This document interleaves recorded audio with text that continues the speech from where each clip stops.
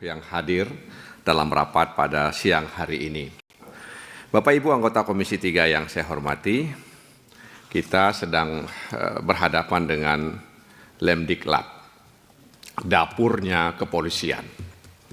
Dan kita sadar bahwa Lemdiklat ini kan merencanakan, mengembangkan, dan menyelenggarakan pendidikan dan pelatihan di lingkungan Mabes Polri.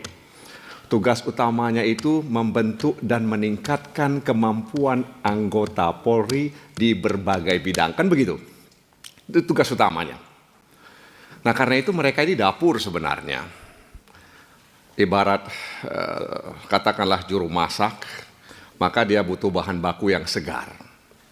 Sehingga kemudian bahan baku tadi itu bisa dimasak dengan baik.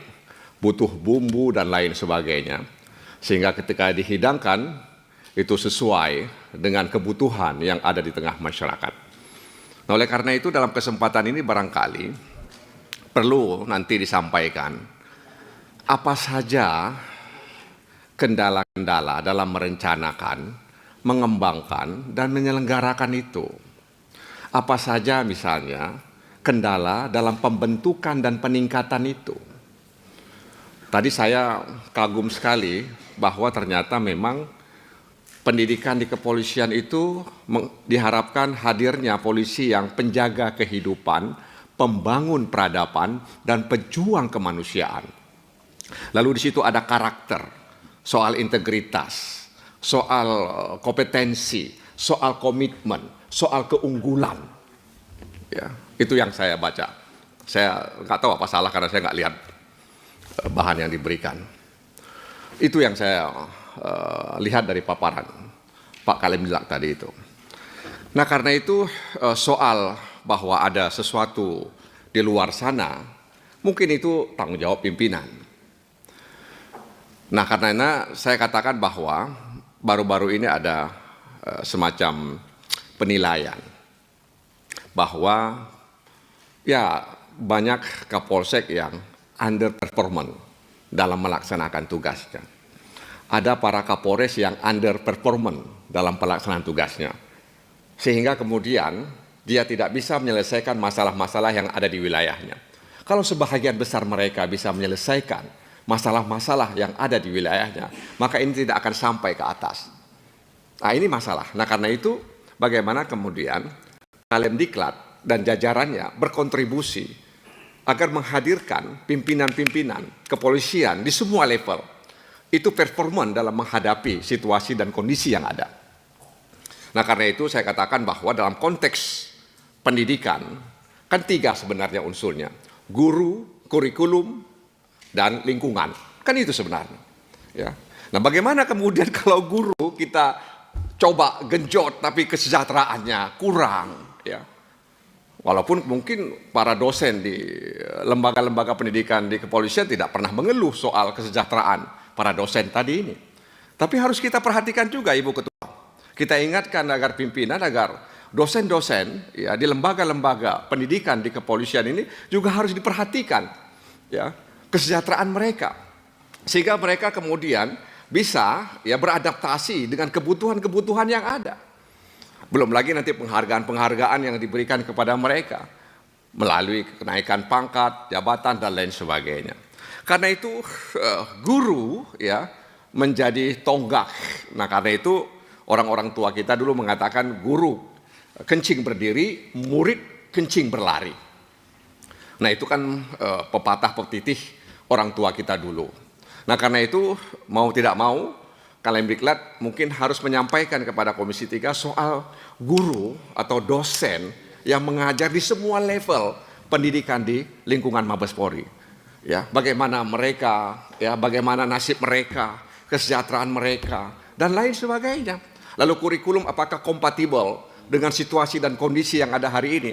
Kita harus mengakui bahwa ada pengaruh lingkungan yang sangat dinamis saat ini. Belum lagi kemajuan teknologi informasi. Kemudian terjadi perubahan-perubahan nilai di tengah masyarakat.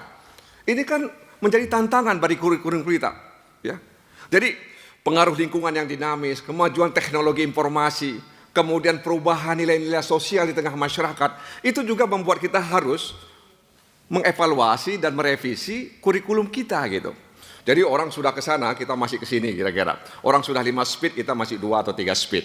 Nah karena itu Pak Kalemdiklat, saya percaya ya bahwa saudara bisa menyajikan kurikulum itu. Nah lingkungan juga mempengaruhi dalam pandangan saya. Lingkungan tadi itu. Lingkungan tadi yang sempat disinggung oleh Pak Mangihut Sinaga. Ya, yang tadi ada inilah, ada itu, dan lain sebagainya. Itu juga mempengaruhi. Ya itu kan juga bahagian dari lingkungan. Nah, oleh karena itu sekali lagi lingkungan di dalam dan lingkungan di luar juga ikut berkontribusi terkait dengan pembentukan dan peningkatan kompetensi, integritas, keunggulan ya yang dimiliki oleh setiap anggota Polri yang memiliki pendidikan.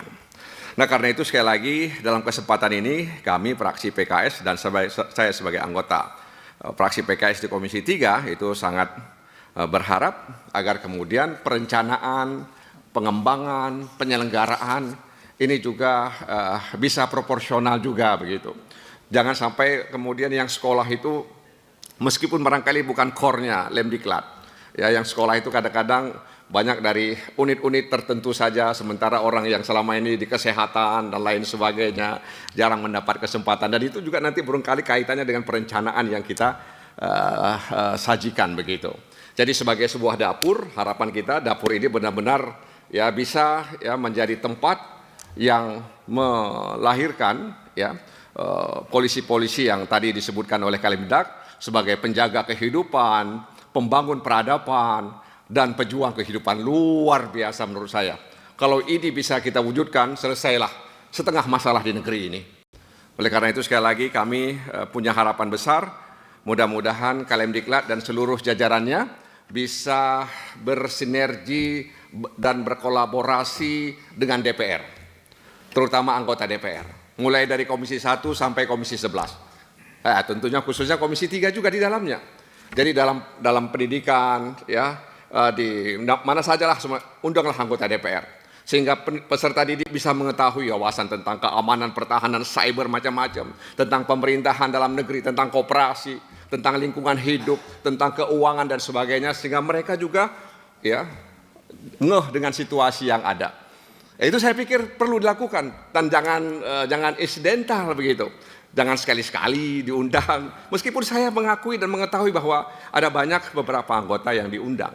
Tapi kalau kemudian dilakukan dengan tertib dan teratur, ya anggota Komisi 1 bidang ini, Komisi 2 bidang ini, 3, 4, 5, 6, 7, 8. Ya, sehingga kemudian soal keagamaan Komisi 8, kesejahteraan sosial macam-macam, sehingga kemudian polisi yang kemudian mengikuti pendidikan pelatihan itu bisa terbuka pikirannya, wawasannya bisa terbuka, sehingga dia kemudian beradaptasi dengan perubahan-perubahan nilai yang di tengah-tengah ada masyarakat. Jadi sekali lagi tantangan kepolisian memang sangat berat, dan karena itu Lemdiklat punya tanggung jawab besar dan kami siap membantu Lemdiklat ya, agar kemudian tugas utamanya bisa kita bantu dan kemudian diselenggarakan dengan baik, dan tentu saja kami berharap bahwa semua polisi punya performan yang baik, terutama soal akuntabilitas dan integritas yang dimiliki, dan memang ini tanggung jawab kita semua, persoalan atau pekerjaan rumah kita bersama. Terima kasih Ibu Ketua, Ibu Sari Yuliati.